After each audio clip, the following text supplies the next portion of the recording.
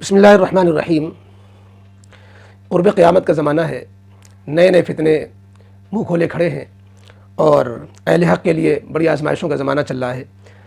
ہندوستان کے اندر صوبہ بہار میں دربھنگہ ضلع کے ایک دجال شکیل ابن حنیف، اس کو پتہ نہیں کیا سوجھی، کہتا ہے میں مہدی بھی ہوں اور میں عیسیٰ بھی ہوں، دونوں کو دعویٰ کر بیٹھا۔ وہ ایک پہ صبر نہیں آیا، بہت سے مہدی کے مدعی پیدا ہوئے، مسیح کے مدعی پیدا ہوئے، لیکن یہ دونوں بن بیٹھا اور قادیانی کے طریقے سے اپنے دعوے چینج کرتا ہے۔ قادیانیت نے ایک زمانے میں بہت بالوں پر نکالے، بڑا اس کا عروج تھا، دارالعلوم دیوبند نے تحریک چلائی اور قادیانیت دم توڑ گئی۔ اب وہ زور نہیں رہا جیسے پہلے ہوا کرتا تھا، بہت سے لوگ متاثر ہوئے تھے قادیانیت سے۔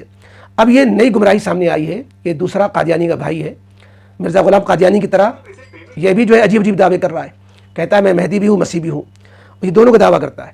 اب جو مسیح اور مہدی کے بارے میں جو حدیثیں ہیں، قرآن و حدیث میں جو نصوص ہیں، اس کے بارے میں ایسی من گھڑت تعویلیں کرتا ہے کہ ہنسی بھی آتی ہے کہ ایسے تو جو ہے کوئی بھی جو ہے یہ مسیح موعود یہ کیوں بنے گا، ہم بھی بن کے بیٹھ جائیں گے، ہم اپنے شاگردوں سے کہتے ہیں تم بھی بن جاؤ، بہت آسان ہو گیا مسیح موعود بننا، تو مہدی بننا بھی بہت آسان ہو جائے گا، جو چاہے گا بن بیٹھے گا۔ یعنی 1400 سال تک 1500 سال تک علماء نے ان پیشین گوئیوں کا جو مطلب سمجھا تھا، جو عیسیٰ علیہ السلام حضرت مہدی رضی اللہ عنہ کے بارے میں حدیثوں میں آئی ہیں، تو یہ شکیل ابن حنیف مردود جو ہے کہہ رہا ہے کہ نہیں، علماء یہ سب سمجھ ہی نہیں سکے 1400 سال 1500 سال تک مطلب، بلکہ وہ پیشین گوئی تو میں سمجھاؤں، میں ہی اس کا مصداق ہوں۔ اب مثلا حدیث پاک میں صاف صاف کہا گیا ہے کہ جو حضرت مہدی آئیں گے وہ اہل بیت میں سے ہوں گے، سید ہوں گے۔ کہتا ہے کہ میں اہل بیت میں سے ہوں اور فاطمہ کی اولاد میں ہوں گے، تو نہ یہ فاطمہ کی اولاد میں ہے، نہ یہ سید ہے، نہ اہل بیت میں ہے۔ سارے لوگ اس کا مطلب جانتے ہیں، لیکن اس کا دعویٰ یہ ہے کہ چونکہ میں مہدی ہوں لہذا میں سید بھی ہو گیا ہوں۔ یعنی اپنے نسب کو ایسا خلط ملط کر رہا ہے، ایسے کو تو حرامی کہتے ہیں کہ جو اپنے نسب کی حفاظت نہ کرے، ادھر سے ادھر چلا جائے۔ اسی طریقے سے حدیث پاک میں آتا ہے کہ جو مہدی موعود ہوں گے، جو مہدی آئیں گے، اسمو یواطی اسمی، کہ ان کا نام محمد ہوگا، اور ساتھ میں یہ بھی ہے کہ وہ اسم ابی یواطی اسم ابی، کہ اس کے باپ کا نام جو حضرت مہدی ہوں گے ان کے باپ کا نام میرے باپ کے نام پر ہوگا، یعنی عبداللہ ہوگا۔ کہتا ہے یہ مطلب نہیں ہے، کہتا میرا نام محمد تو ہے، شکیل تو میرے ساتھ لگ گیا ہے۔ تو ہم نے کہا ٹھیک ہے، پھر بھی میں محمد اقبال، میں بھی محمد ہوں، میں بھی مہدی ہو گیا۔ تو لفظ محمد کے ساتھ شکیل جڑا ہوا ہے تو اس کا کوئی مطلب نہیں ہے، لیکن جو ہے لفظ محمد سے وہ مہدی بن گیا۔ اور رہ گئی بات کہ ابن عبداللہ تو نہیں ہو، تو عبداللہ جو نام ہوگا اس کا کیا جواب ہے؟ کہتا ہے عبداللہ کا مطلب ہے کہ آبا و اجداد کے نام پر ہوگا، چونکہ میرے ابا کا نام جو ہے حنیف ہے تو ابراہیم علیہ السلام کے نام پر حنیف ہو گیا، حالانکہ حنیف ابراہیم علیہ السلام کا نام تھوڑی نہ ہے، وہ لقب ہے، صفت ہے ابراہیم علیہ السلام کی، لیکن اس طرح کی تعویلیں کرتا ہے کہ ہنسی آ جائے۔ ایک بچہ بھی اس سے اچھی تعویلیں کر کے وہ بھی مہدی اور مسیح بن سکتا ہے اگر بننا چاہے۔ تو اب یہ اس طرح کی جو پیشین گوئیاں اپنے اوپر فٹ کرتا ہے اور حدیث کو توڑ مروڑ کر کے، حدیث کو توڑنا مروڑنا اس سے زیادہ خطرناک انداز میں اور کیا ہو سکتا ہے؟ اور کسے کہتے ہیں حدیث کا توڑنا مروڑنا؟ اسی کے بارے میں جو ہے اب چونکہ دارالعلوم دیوبند نے شکیل ابن حنیف کے فتنے کو سیریس میں لیا ہے، اور امید یہ ہے کہ جس طرح قادیانیت دم توڑ گئی، انشاءاللہ شکیل ابن حنیف کا بھی اب زوال کے دن آ گئے ہیں۔ اس کا بھی اپنا ایک ابتدا تھا، ایک عروج تھا، اب اس کا زوال ہے۔ اس کی ابتدا جو ہوئی ہے 1991 سے اس کا شروع ہوتا ہے دعویٰ اور اس کا بگاڑ، اور 2003 میں تھوڑا یہ عروج پر آتا ہے۔ 2006 میں اپنے بارے میں یہ کتاب بھی لکھتا ہے، یہ لکھواتا ہے اس لیے کہ یہ تو یہود و نصارہ کا برپا کیا ہوا فتنہ ہے، یہ تو قابل اتنا ہے نہیں، اس کے پیچھے لوگ ہیں جو اس کے نام سے کتاب لکھ رہے ہیں۔ ہمارے ایک ساتھی ہیں مولانا مفتی اسد قاسم سنبھلی، سنبھل میں ہے، ان کا مناظرہ ہوا باقاعدہ 2012 میں تحریری مناظرہ ہوا ہے، اور اس مناظرے کے نتیجے میں شکیل ابن حنیف کے پیٹ میں جتنی گمراہیاں تھیں، جتنے غلط دعوے تھے، وہ سب ایک ایک کر کے سامنے آ گئے، جس کی وجہ سے یہ سمجھ طے ہو گیا کہ وہ ضال بھی ہے، مضل بھی ہے، گمراہ بھی ہے، گمراہ کر بھی رہا ہے، بہت گمراہ اور گمراہ کن شخصیت ہے۔ نبی کریم صلی اللہ علیہ وسلم کے بعد بہت سے لوگوں نے عیسیٰ مسیح ہونے کے دعوے کیے تھے، مہدی موعود ہونے کے دعوے کیے تھے، نبوت کے دعوے کیے تھے، قرآن و حدیث کی تصریحات نے سب پہ پانی پھیر دیا، اور یہ سب دعوے اپنے وقت کے ساتھ ختم ہو گئے۔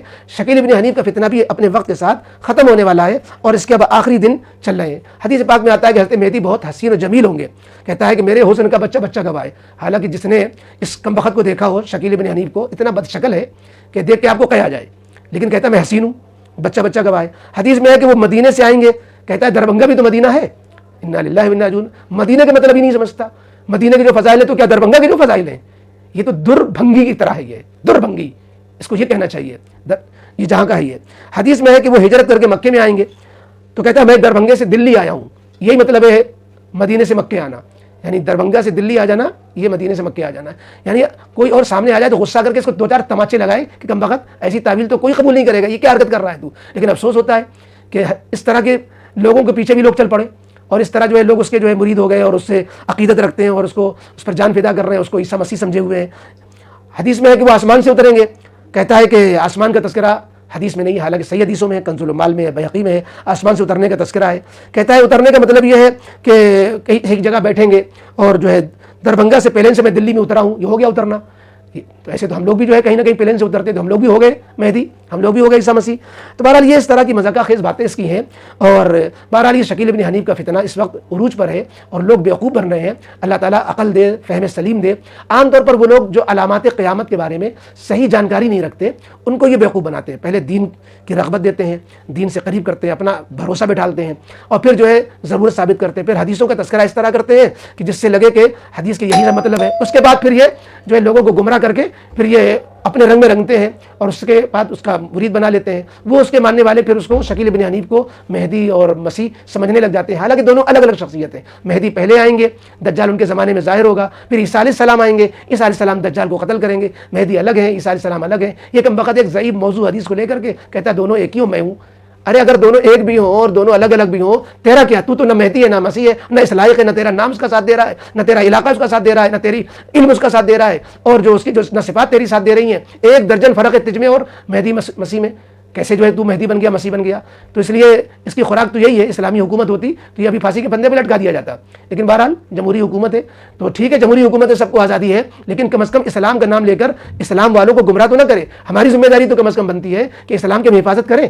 لہذا ہم سب کی ذمہ داری بنتی ہے کہ اسلام کی غلط تشریح اور اسلام کی جو ہے آیتوں حدیثوں کا غلط مطلب جو بیان کرے گا, ہماری ذمہ داری بنتی ہے کہ ہم اسلام کو صحیح شکل میں باقی رکھنے کے لیے جو غلط تعبیریں کر رہے ہیں اس کے منہ توڑ جواب دیں, اس کا مقابلہ کریں, اور اسلام کو سچے صحیح معنوں میں اس کے صحیح مطلب کے ساتھ اس کو محفوظ رہنے کے لیے تدبیر کریں. اس کے لیے جو ہے ہم سامنے آتے ہیں, مقابلے میں آتے ہیں اور شکیل بن حنیف کی تردید کرتے ہیں. ورنہ ہمیں شکیل بن حنیف سے کوئی لینا دینا نہیں, وہ جائے چولہے بھاڑ میں جائے, ہمیں کیا. لیکن وہ ہمارے دین کو نقصان پہنچائے گا تو ہماری ذمہ داری بن جاتی ہے کہ ہم دفاع کریں.